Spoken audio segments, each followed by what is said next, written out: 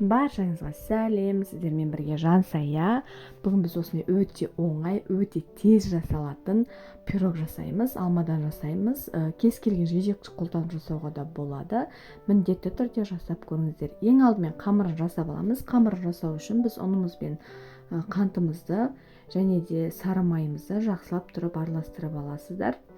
Жақсылап араластырып алғаннан кейін үстіне міндетті түрде 3 қасық мұздай суды құйып, тағы да бір келкі қамыр пайда болғанша жақсылап араластырып аласыздар.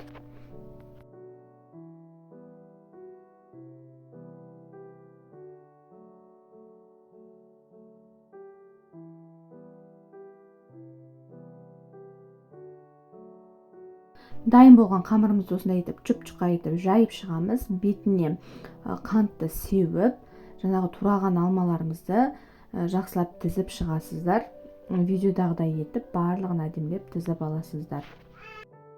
Алманың орнына кез келген жемісті не болмаса жидекті қоюға болады. Алмұрт, қара өрік, яғни слива, персик, кез келген жемістер келе береді. Өте дәмді болып шығады. Міндетті түрде жасап көріңіздер. Алманы тізіп алғаннан кейін бетіне қантты сеуіп, қамырдың шет жақтарын бүктеп жабасыздар. Видеодағыдай етіп.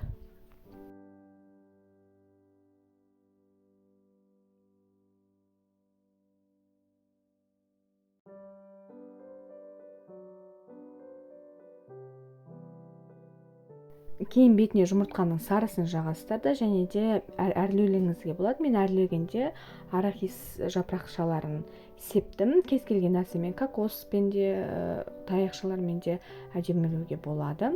Кейін оны 180 градуста духовкада 30-35 минут пісіріп аласыздар.